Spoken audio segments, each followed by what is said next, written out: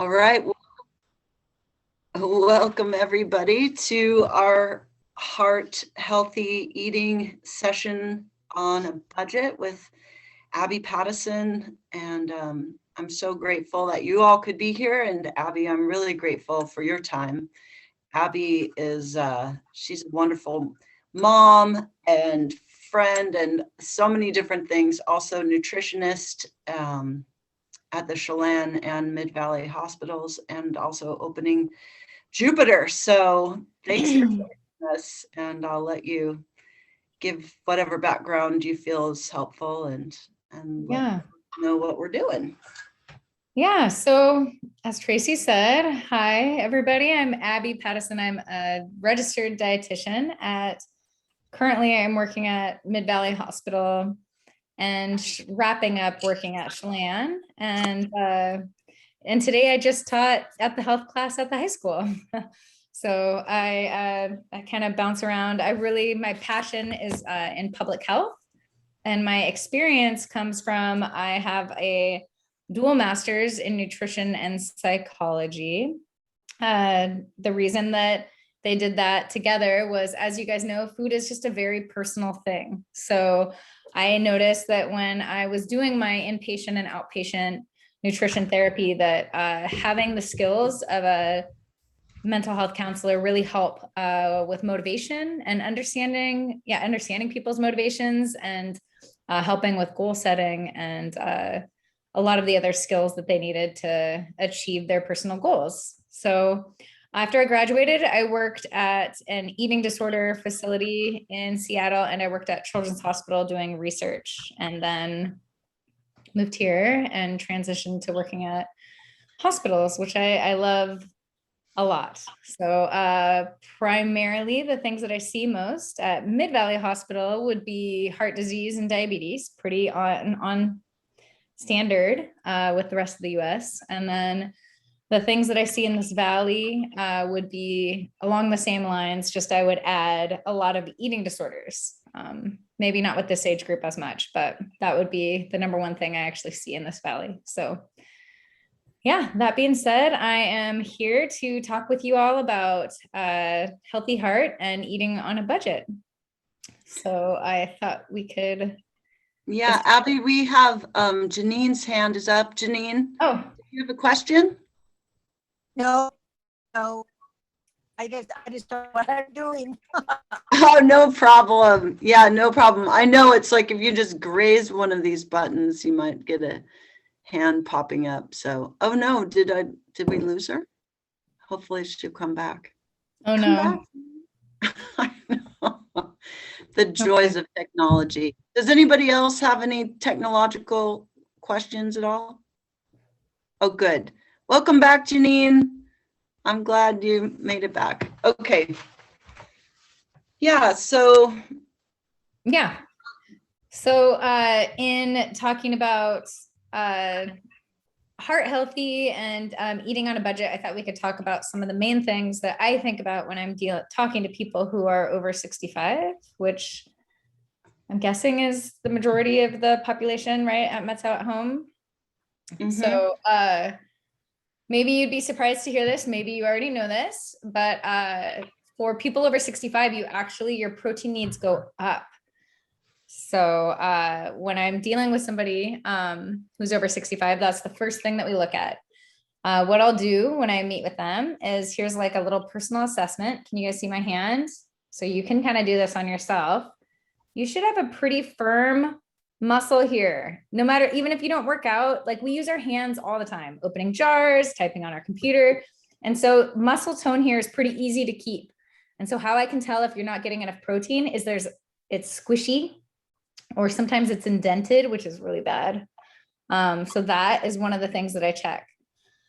So if it is one of those things, that means that we need to really get that protein up. So for somebody who's under 65, it would be about, 3 ounces a meal.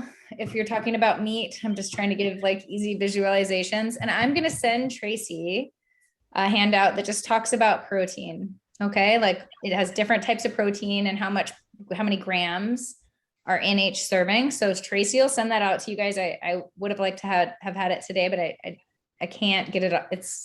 I'll get it to you tomorrow. So you'll have all the different protein options. And then what I tell people who are over 65 is that you should have protein with every single meal. So you should have it with breakfast, lunch, and dinner. And that kind of goes into the next thing, which means eating every single meal, which is something I really see fall off as people age. And I know when I'm home alone and maybe don't have my kids with me, it's really easy for me to forget to make a meal. And so I totally understand how sometimes like the biggest things I hear are like, I forget, I don't have time, or lack of appetite. So it's interesting. We still have all these needs as we age, but our appetite goes down. Some of that reason is for being a little less active. So there's different ways to be active. We can be active with our bodies and we can be active with our brains. So both ways increase your appetite and help you burn energy. Our brain actually uses a ton of calories. So those are two things to help with appetite. Okay. Other things that to stimulate appetite are when you wake up, maybe have a glass of lemon water, or different smells can increase appetite. Like cinnamon has been shown to help with appetite and different seasonings. So just kind of play around with what works for you. Or sometimes people just want to have something really, really, really simple at breakfast. It doesn't need to be complicated. That's the number one meal I hear people skip a lot is breakfast. So, a couple protein options would be like peanut butter toast. That's one when I'm in a rush. Or my other favorite is like yogurt. Greek yogurt is really high in protein, or I can't do dairy. So I do coconut yogurt and blueberries and walnuts. But those are kind of light, small things that you can do. So eating 3 meals a day, making sure that you're having protein at each meal. And then since you guys need more protein, either eating a snack with some protein, maybe a snack or two, or making sure that for you, the healthy plate would look a little bit different. You might have a little bit more of your plate be that protein source. Like instead of a quarter of your plate be protein, it might be, like a third of your plate might be protein. Okay. Any questions? Maybe the question is, what is protein? So proteins are our meats, our fish, our chicken, our eggs, our beans, our nuts, our seeds, tofu, tempeh, dairy products like cheese, and yogurt. Yeah. Protein powders. Sometimes people really have a hard time getting enough protein. So the protein powders can be helpful. There's some pretty good ones, like whey protein, and making sure you're getting, or there's plant-based proteins. Any questions on any of that stuff? Yeah, Carol's wondering how much protein per meal for over 65 again? So it depends on your body weight. I can't really give you, I can give you the equation if you, so I'll tell you what I would do, how I would calculate it, and maybe you can do it at home. So for over 65, you would take your body weight in kilograms. So get on a computer, or you just divide by 2.2. And then you times it by 1. So you actually don't have to multiply it, but that is your body weight. That is your protein needs. So for me,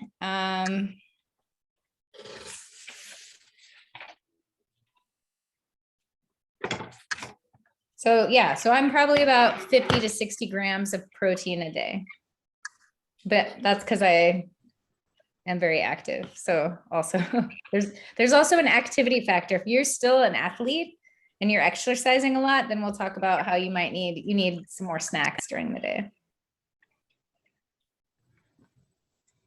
So Okay, did everyone? So per meal, it varies, but it might be like 15 grams plus a snack or something. Yeah. Oh yeah. So if somebody came out with about 60 grams, then we would say about 20 grams per meal. And it probably wouldn't hurt to have a snack. It's not going to hurt your kidneys to be a little bit higher than that, but you don't want to go like crazy high. I also work with a lot of teens that want to build a lot of muscle, and they are going to the high end. Only the concern about that is then you're, hurting. Your kidneys are just doing a little more work. Mm-hmm. Can you repeat the formula again?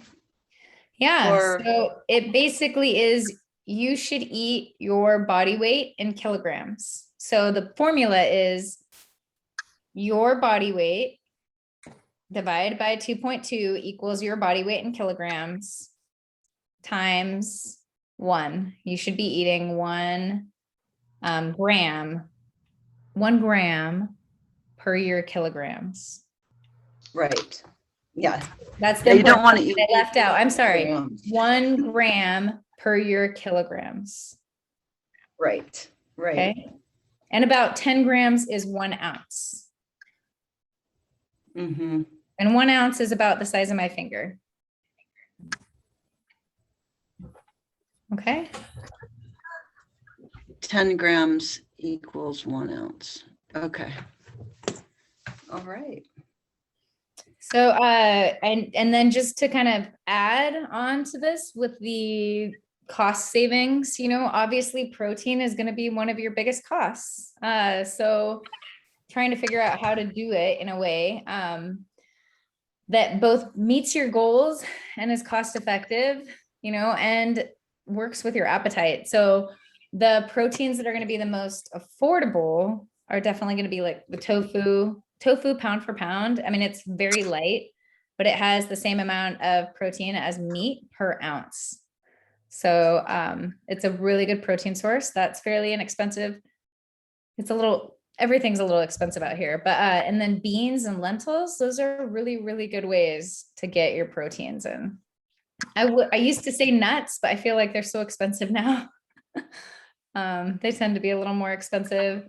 And then, just watching sales, buying in bulk. I used to go down to Lundgren's and get some red meat from those grass-fed cows, and it was more affordable than the grocery store when you buy in bulk. So I know that's hard sometimes for us to think, but if you think about the whole year and a freezer, or sharing with another family, doing meals with another family, it can help too. So, and builds that community. So, okay. And do you feel like some some proteins are going to be better than others, especially for folks who do have heart disease or, who are at risk? Because I definitely have been doing some research, and it looks like meat and dairy are actually possibly causing that plaque. Yeah, there so many things causing that plaque. More important than meat and dairy are a lot of the oils that we use. So we'll move on to fats, because that would be the thing that we will really focus on with heart disease next. But I did want to cover one other thing really quick. The other number one thing that I work with, and this is really important for hearts too, and actually all of the things in your body, is dehydration. So again, let's look at our hands. Okay. Have you guys heard of tenting? What you can do is you can pull up the skin on your hand, and then you let it go, and it should bounce right back. Some of it maybe won't bounce back with age a little bit. You're losing some of the elasticity, but it should bounce back. If it doesn't, that's called tenting, and it means you're a little dehydrated. And we are seeing actually the number one reason that people are coming in the hospital right now from COVID is not for the breathing troubles, it's for dehydration. So we really, really, really, really, really want to focus on staying hydrated. It's the number one thing we see with our elderly. If you're dehydrated, you're going to stress your heart, because what you're doing is you're making your blood more syrupy. So the minimum that we want to see is for somebody over 65, the minimum would be hopefully hitting a goal of 2 liters, but the minimum would be 1.5 liters. Okay. So 2 liters is about, what is that? 32 ounces. If you're more an ounce person. Is that right? Did I do that right? Sometimes I'm bad at 2 liters I is think 2 This is liters almost is 64 64 ounces. Yep, 2 liters is 64 ounces. Yeah, I got that backwards. So you want to try and hit that 64 ounces of, if you can picture that, like, you know, the soda things, or, you know, like the Nalgene, those are 1. So 2 of those a day. Just try and carry something around with you. Sip on it all day. I personally have a hard time drinking water in the winter, and so I drink a lot of tea. And just try to make sure that it's not all caffeinated, because caffeine also increases your excretion and stresses that little ticker out. So, so protein, making sure you're getting enough of it. Fluids, making sure you're staying hydrated. We know the protein test. We know the water test. Let's make sure that we definitely check off those things. And then moving on to fats. So, yes. I just have a question before you move on about beans. I eat a lot of canned beans in quesadillas and whatever. Is that fine, or is some of the protein lost in that canning process? Yeah, the protein is not lost in that canning process. The thing that I think about in specifically relation to heart disease, if that's something that you're trying to watch, is sodium. So rinsing the beans off. Okay. Yeah, no, I do a lot of canned beans too. It's easy. I know that it's easy to make a big pot of them at the beginning of the week, but sometimes it's easy to just open a can. And so if I'm just trying to keep the sodium intake down, we just rinse off the can, rinse the beans off, and that's fine. So, All right, thanks. yeah, you're welcome.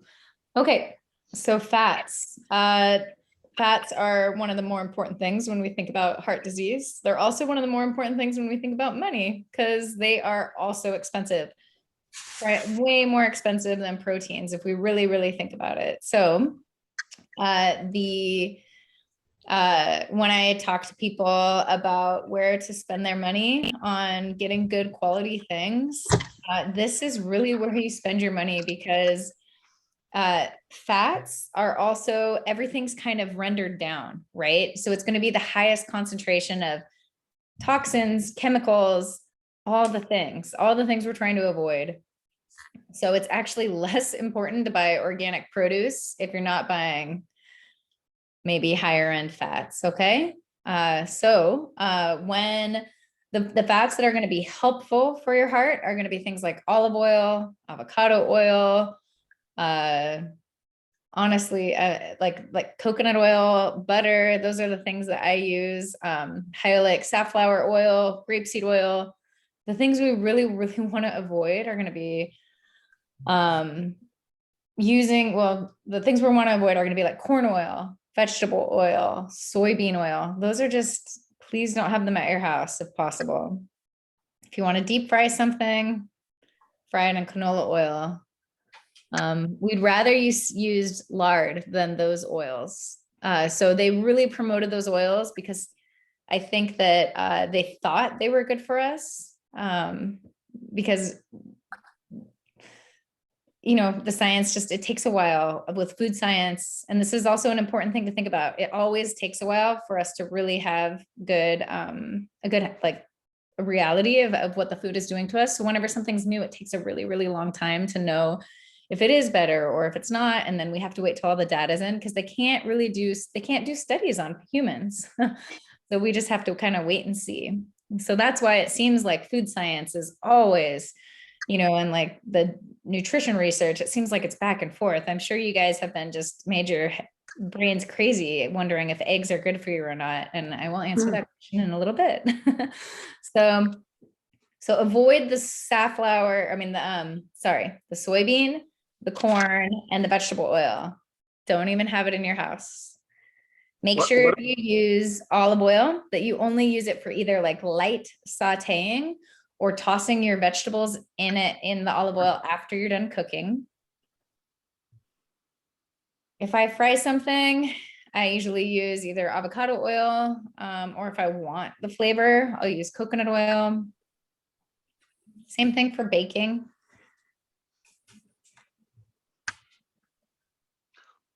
Canola, where does that fit in?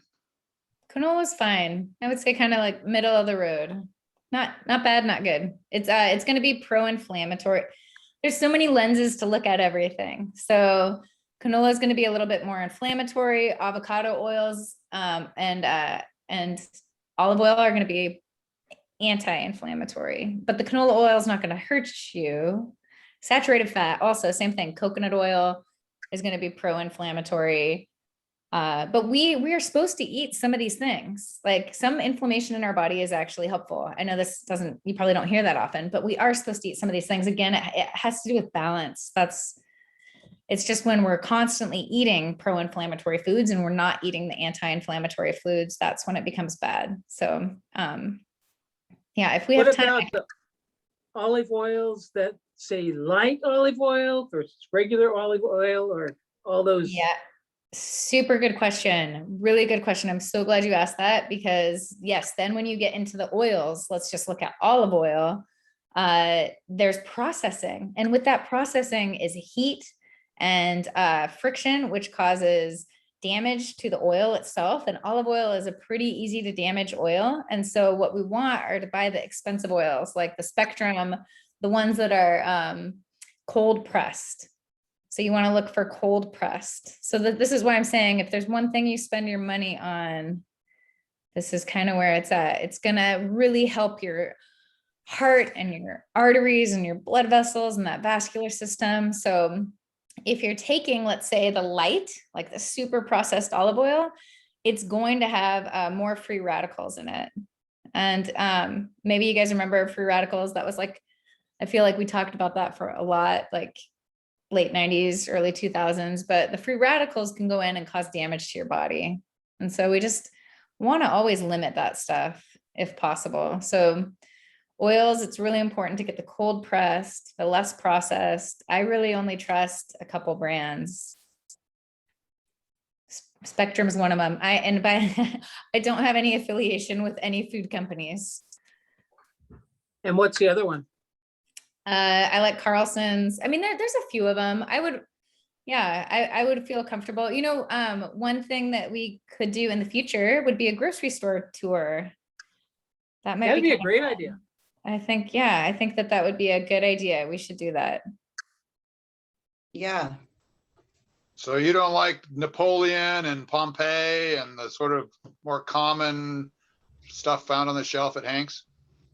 I would read the label. I personally just kind of go with the stuff that I know, but I would read the label. And that's what I was saying is, if we went on a grocery store tour, I can show you guys what I look at. I would look for cold pressed. I would look for non-GMO'd, because any of the, those glycophosphates are going to be super condensed. And we do know that glycophosphates are correlated with some of the cancers that you can really like spike in old age. So those are the ways I would choose. It'd be better, like I said, to get conventional produce and really spend the money on the oils. If that was your, if you're on a budget and you have to choose. Did I hear you correctly earlier that butter is on the okay or a good list? I eat so much butter, it's ridiculous. The reason I do eat butter, though, here's the thing again, it's with that balance. And I was just about to talk about more fats. So the olives and the avocados. So the olives are one of the only polyunsaturated fats that we recommend because it's anti-inflammatory. And then the avocado is a monounsaturated fat. And then butter falls into saturated. So we need some saturated fat, but like saturated fat helps us to, with our hormones and helps us with our cell structure. But if we eat too much saturated fat, like I don't eat much meat. And so that's why I feel like I can eat butter. But if my diet was high in meat and cheese, I don't eat cheese either, really. I love cheese, but super rarely. But if my diet was really high in animal proteins and cheese, I probably would not use butter very often. So it's that balance. Saturated fat, I believe it should be maximum 15% of your total fat intake.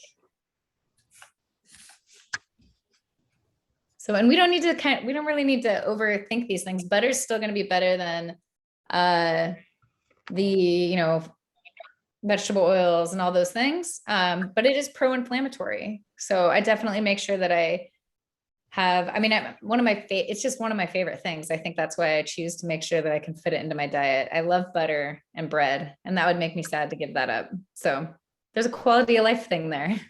It's picking and choosing the things that we love. We shouldn't have to give up all the things we love.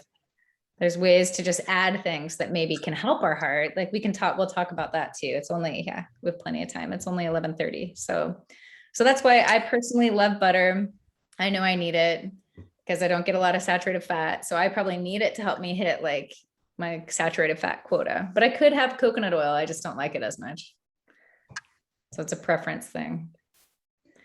It seems like with butter too, maybe choosing either like a grass-fed or organic. Well, so I personally eat a grass-fed butter because then you're getting a teeny bit of omega-3s in there instead of just, the pro-inflammatory fats.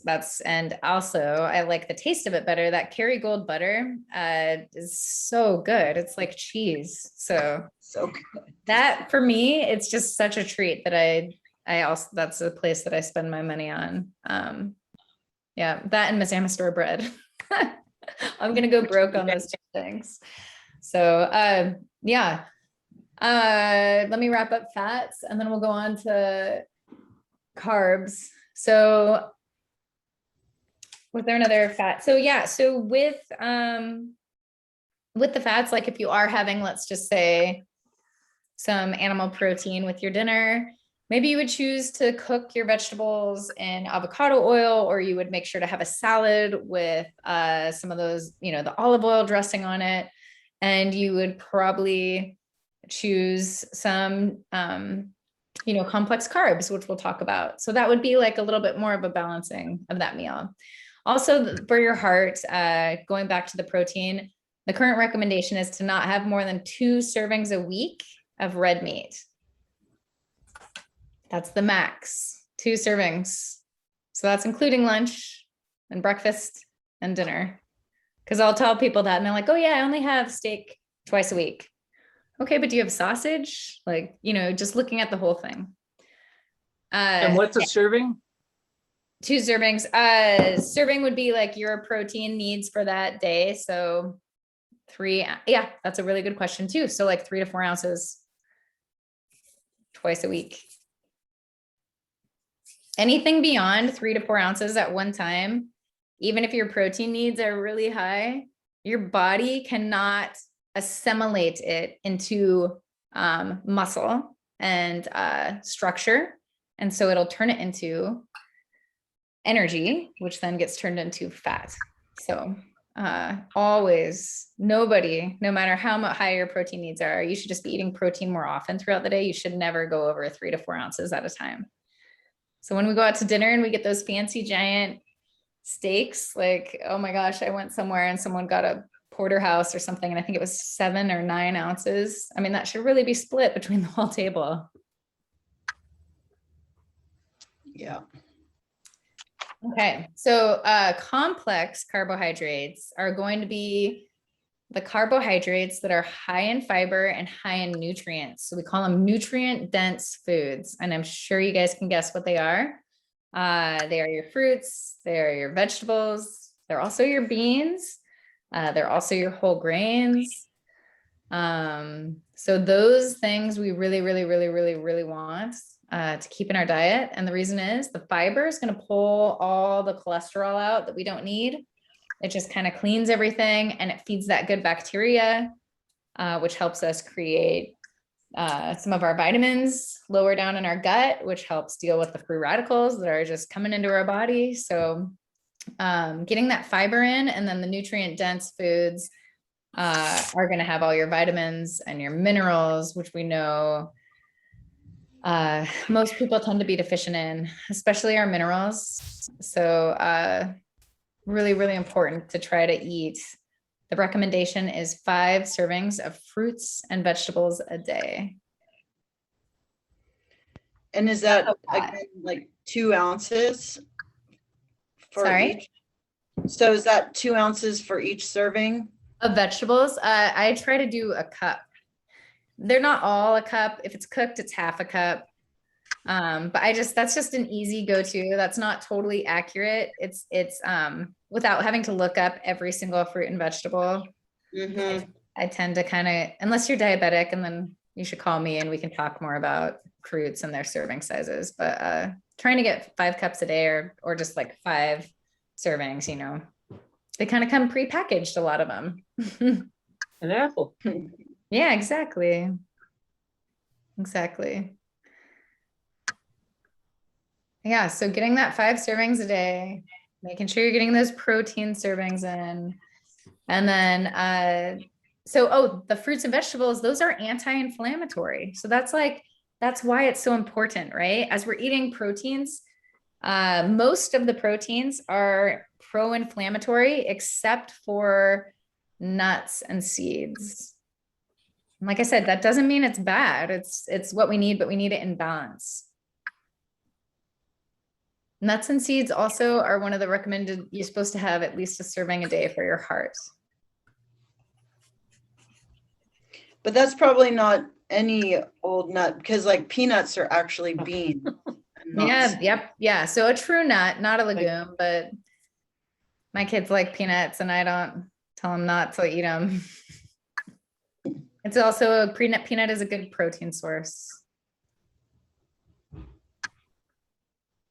What about organic or not with, like, I tend to try to avoid non-organic Fruits and vegetables. So I or would say nuts. I'm thinking more Oh. like the nuts. the nuts. Or does the nut? Well, I have not seen a lot of data out there showing how much pesticide gets through the shell, or and I'm not aware of any processing. I personally try to buy organic when possible when it comes to things like nuts, if I can afford it, just for environmental reasons. But if you're on a budget, maybe Yeah. that's not something you need to worry about. You can go ahead and just grab nuts. They're a really good thing to eat. Like I said, for your heart, and they help you meet that protein goal, and they're good at fiber. And if you choose walnuts, which is my personal favorite nut, it has some omega-3s in it and it helps with brain health. Yeah, those walnuts and those blueberries, they study after study just show that they help with cognition and brain health. And oh my gosh, there's a lot of research coming out that are showing improvements with Alzheimer's and dementia patients. So there's some really exciting stuff happening, and it has to do with diet. So yeah, walnuts and blueberries. Are there any nuts that you don't recommend? No. Same with fruits and vegetables. There are 0 fruits and vegetables I don't recommend either. I think nuts, fruits, vegetables, go for it. What do you think about the wonder of the Brazil nut as like Yeah, it's lowering your. Sorry, what did he? nut that supposedly the Brazil nut lowers cholesterol? Well, the reason I love the Brazil nut is that it's the highest source of selenium, which is an antioxidant on the planet. One nut covers all your needs for the whole day. So yeah, no, Brazilian nuts if you like them, they're fantastic. You know, but then again, they're grown in Brazil. So yeah, it's just a lot of global supply chain stuff going on there.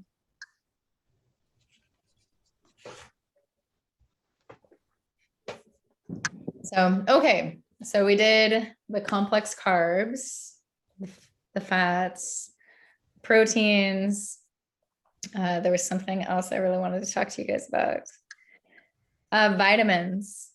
Why don't we talk about minerals and vitamins? So most of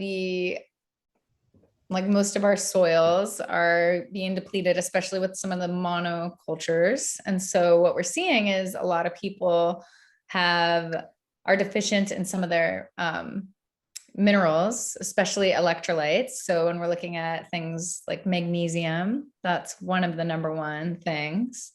So if anyone deals with restless leg syndrome, that's one of the first things that we talk about. Or if you have high blood pressure, we're looking at an electrolyte imbalance plus dehydration. It's not just about excess sodium.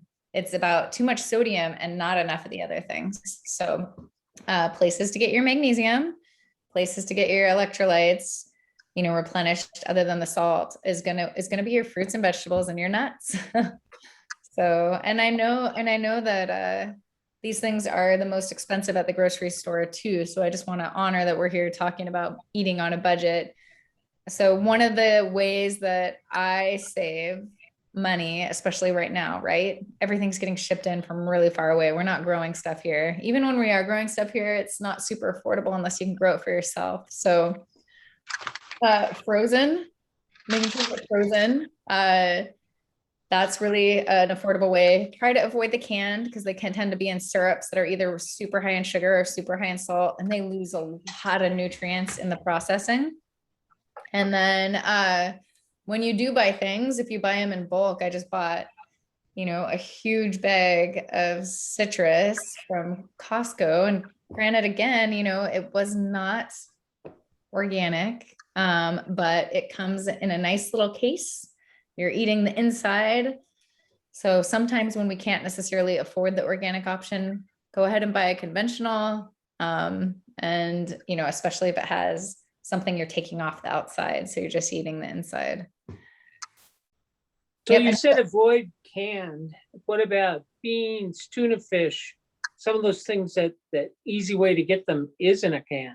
Totally. So I would say if it's not a fruit or vegetable, go ahead and get it in a can. Okay. And I know, and just to be totally, again, like honest about my shopping habits, I definitely will buy canned pumpkin sometimes just because it's easy. Not if I'm not, making a soup or something, but if I'm going to make some muffins, or what it loses in the processing are more of the vitamins and not the minerals. The minerals are still going to be in there. So what happens is that in the processing with cans, it just gets really hot. And so any vitamin that is susceptible to heat and processing gets destroyed.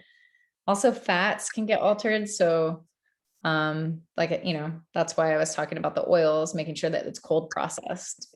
So should we believe anything that those cans say? No, that's a really good question. So there are some statements that are like FDA approved, like if it says, or this amount of daily minimum, requirement. Oh, the nutrition facts. Yes. Those have to be accurate. Yes. Okay. The FDA is regulating our food and doing a good job. They don't regulate our vitamins. So I did want to address that a little bit. A lot of people, as you age, I also take vitamins. It's really important to make sure that you're taking good quality because it's not a regulated system.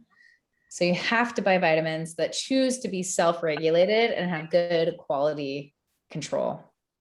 So there's NSF is one of their, so if you look on the back, I wonder if I should grab a little jar of vitamins. Let me grab a couple.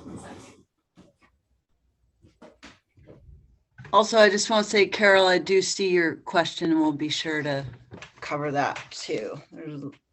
Yeah, this will be the last thing that we can talk about, and then I can take questions for the rest of the time. So so these are my kids' vitamins.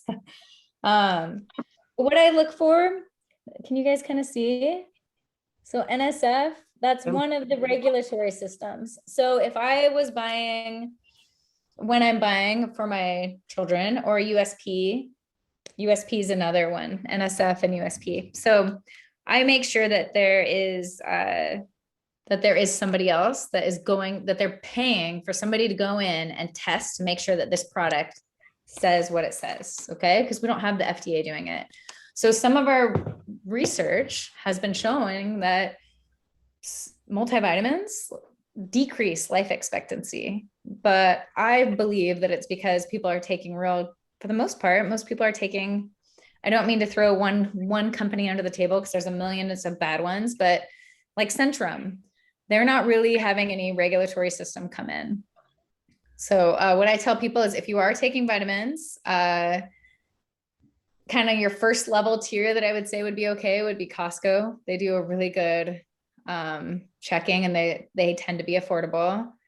And then from there, you know, it's like Glover Street, making sure that they have NSF. Glover Street does a lot of checking into making sure that supplement companies are okay. I think for the most part, last time I talked to them a long time ago, they were. Let me see if this one has. Yeah, and then there's companies that have their own like their own quality assurance that are just fairly good companies, like Thorne, Metagenics. Those are pharmaceutical grade that naturopaths and dietitians use for more like maybe patients with DNA mutations that need different things. I think you're so right that we tend to be low in minerals. And how would you test that? How do you know, like, if you're low in selenium or? You know, I actually don't do much testing, and I don't know a lot of people that test specifically for, I mean, there are some vitamin tests. They'll do stool tests to see like, I personally just trust that the majority of us are deficient and that we should just focus on eating fruits and vegetables. And then if I have a patient with restless leg, or a patient who has, you know, muscle tension or muscle soreness, or is high stressed, then I will I'll work with them on some supplementation to see if it improves. So yeah, there's different, like our needs also go up just when we're stressed. And I don't know about you guys, but this last, oh man, 2 years have been very stressful. So I make sure to take vitamin C, and I take magnesium, and I take my B vitamins and then try to eat well and not worry about it. Great. We have a question, thoughts about the vegan diet. Yeah. Okay. So I think you can do a vegan diet well. You just have to be open to supplementation. I have seen people struggle with, say, like vegan raw, or if it gets too restrictive, then I've seen people struggle. But yeah, you can cut out all animal products. I always, when I'm working with somebody, kind of want to know, you know, what the goal is, like where their desire is coming from. And I think that a diet, like a vegan diet, especially when it's backed by ideological or like philosophical beliefs on life, can fully be supported. If somebody is coming to me with a restricted diet that is more based around like fear, you know, being afraid of different things, then I try to educate and make sure that people's diets aren't too rigid. But so with the vegan diet, you need to have B12. You need to be really, really aware of your calcium intake and making sure that you're getting enough of the electrolytes other than calcium as well. So making sure that you're eating your dark green leafies, making sure that your protein is in a balanced form so that you're getting the right amount of, have you guys heard of complementary proteins? So it's famous one, you know, beans and rice, nuts and grains, you know, it's pretty much just making sure you're getting all the right aminos.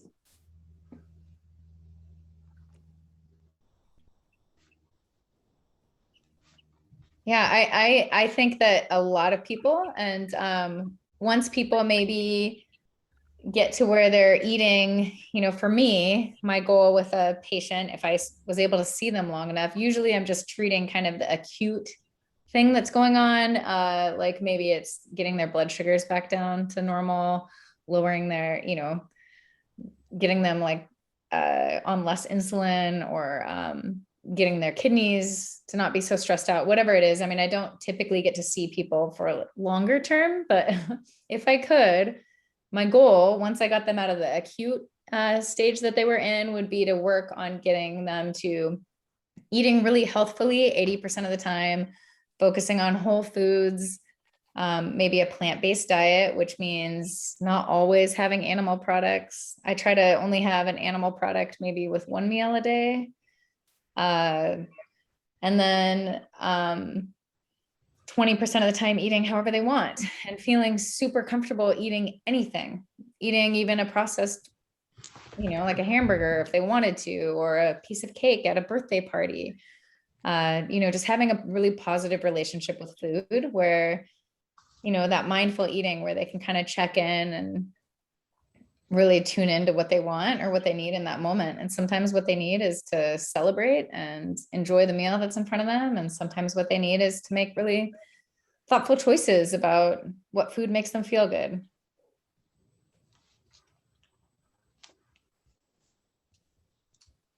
That's great. What about like variety? How important is that? Let's say that for me, it's just going to be easier if I just have my big pot of beans and my big pot of rice, and I kind of eat a lot of the same things. Like every morning I make a smoothie. It's got my,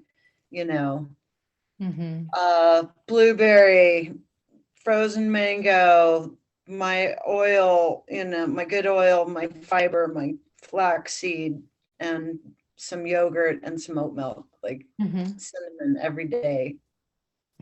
Is that? Yeah, I mean, it's really important. I think the things that I think about again would be the rainbow, making sure that you're eating a variety of different colored foods. All foods are good. So, sometimes we get stuck thinking, oh, like blueberries, like there's a hierarchy in the fruit system and the vegetable system. I'm going to eat blueberries and I'm going to eat kale. And I think we're missing out on that apples have all of these bioactive compounds that we don't even think about, and they're just studying, but there's not a lot of money around studying these things really, unless they prevent cancer, then. So apples, I think about apple because I think it's such a simple food that we have it's plentiful. And, everyone can pretty much have access to apples. And one of my favorite snacks is apple and peanut butter. But with an apple, that regular apple, right? You take all of the fiber out and all of the water and all of the carbohydrate, and you have your vitamins and your minerals, and then you take those out. And then you have these bioactive compounds, and these are in all of our foods, but we'll just keep thinking about that apple.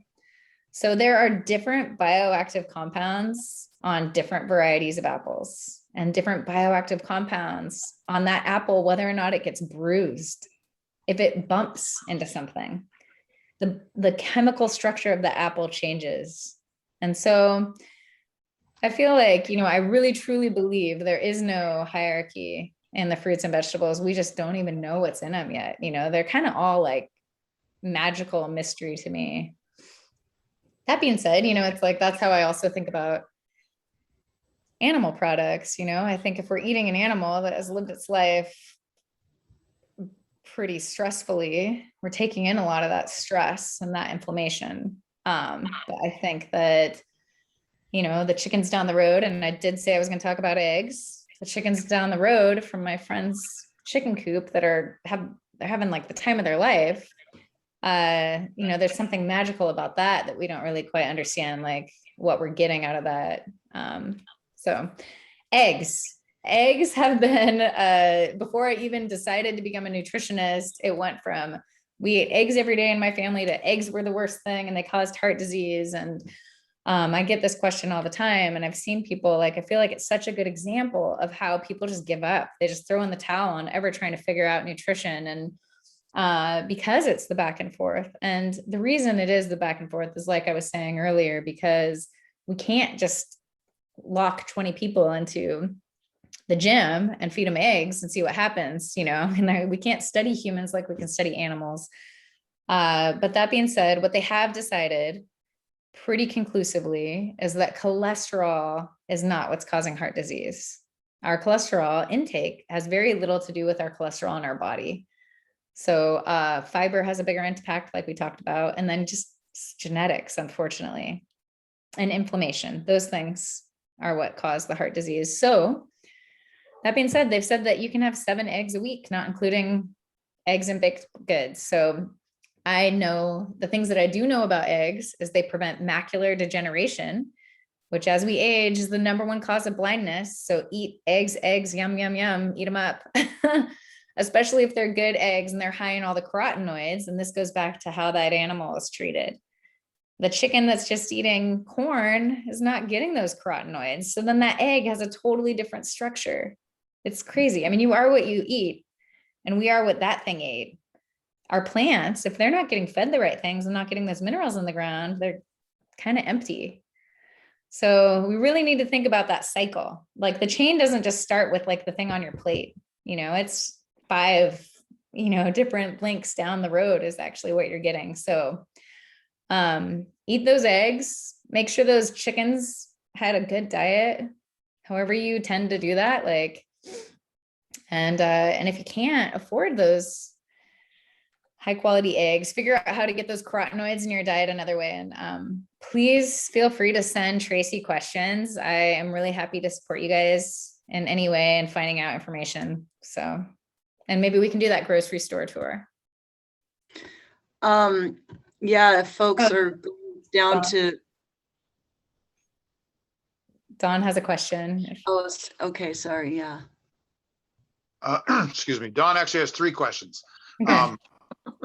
You haven't mentioned potatoes. I want to hear about potatoes. Okay. I've only heard rice mentioned in concert with beans, but I want to know if rice as a standalone thing on my plate is fine. Okay. And then I've switched from 2% to oat milk in the last year, and I'm just wondering if there's any reason that I should continue doing that. Okay. So why don't we start with the oat milk real quick? Do you have a dairy allergy? No, I still use half and half in my coffee, but I like oat milk, and I also thought it was probably just better for the planet. So I switched to oat milk, and I like it. I mostly put it on my granola. Great reasons. I drink oat milk, but I definitely don't look at it as a nutrient dense food. So, I mean, so that's one thing. I would say milk is more nutrient dense, but it also has that saturated fat. And if you're eating animal products in other places, and if you're concerned about the environment, I think you're making a good choice. Just make sure that you get those, that calcium somewhere else. You can get it from your fruits and vegetables. Make sure you can afford the good quality fruits and vegetables. And yeah, that's what I would say about that. Potatoes, so good. I'm so mad at every doctor that tells diabetics to avoid potatoes. They are so high in minerals. So those root vegetables that are starchy, that everyone's like, oh, they're full of carbs. Anyway, it's the worst. Potatoes are high in potassium. We've always known that. They're like an excellent recovery food. And they're high in all those more like obscure minerals like chromium and gosh, what else? Yeah. So I think that they're a great food. I try to avoid russets, but they're also really delicious. Baker, like the russets, they tend to have they're less nutrient dense. So they're higher in they were developed to just be really high in starch, which is what's tasty about them. But if you do want to have a potato that is more nutritious, any other potato is going to be better. So the russets were the ones that they hybridized just to be really packed full of starch. So I try to eat the purple ones. Those are really good. Purple, they're high in anthocyanins, another bioactive compound, really higher in those, oh my gosh, antioxidants. So the red potatoes, the new potatoes, the Yukon Golds, so all of them, they're good. What about yams? Oh, yams and sweet potatoes. I don't know if those never really fell out of favor. That's going to be really high in those carotenoids. So that's a really good choice. They are sweet, but they don't spike your blood sugar because they're so high in fiber. They're going to be a little more like fibrous than the potatoes. And same thing, root vegetable, really high in those micronutrients and minerals. So solid choices.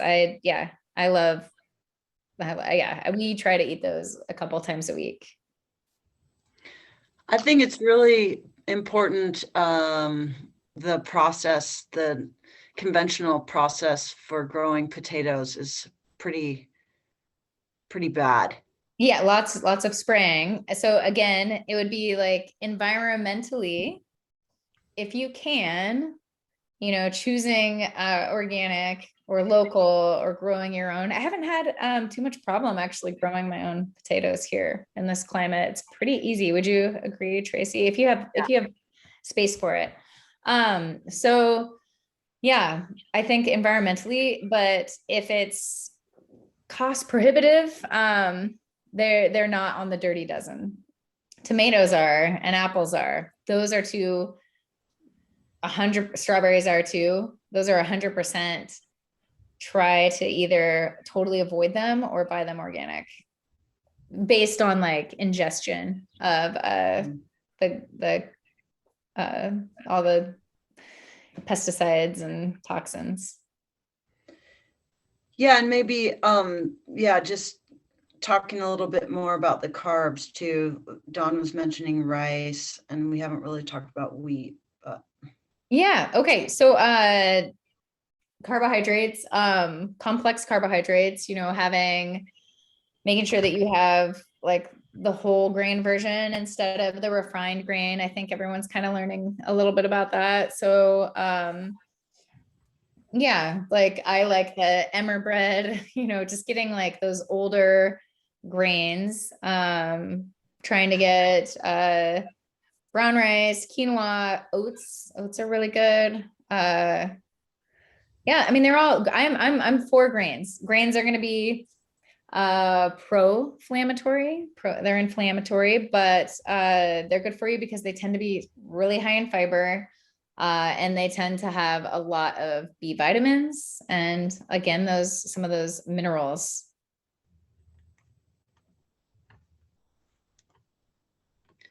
Corn is a grain. So I try to just remind people, corn's a grain, peas are a legume.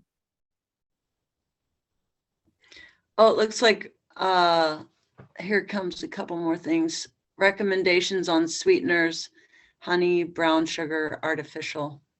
Okay. So when I think about sweeteners with heart disease, I would say just in general, like trying not to overindulge in them. When I think about like cardiovascularly, artificial sweeteners have been shown to increase your risk of strokes, so I would avoid them.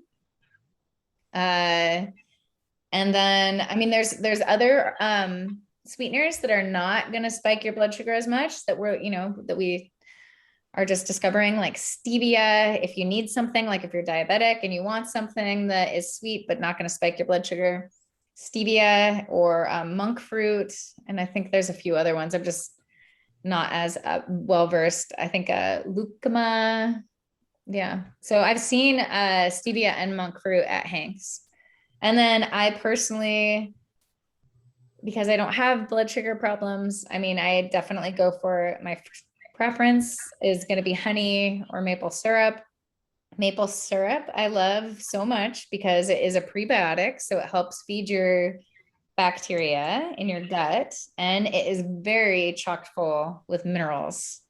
Honey also has some minerals, and it has some wonderful antiviral, antibacterial compounds in it. In fact, we use some honey, like they use these high grade honeys to pack wounds in the hospital.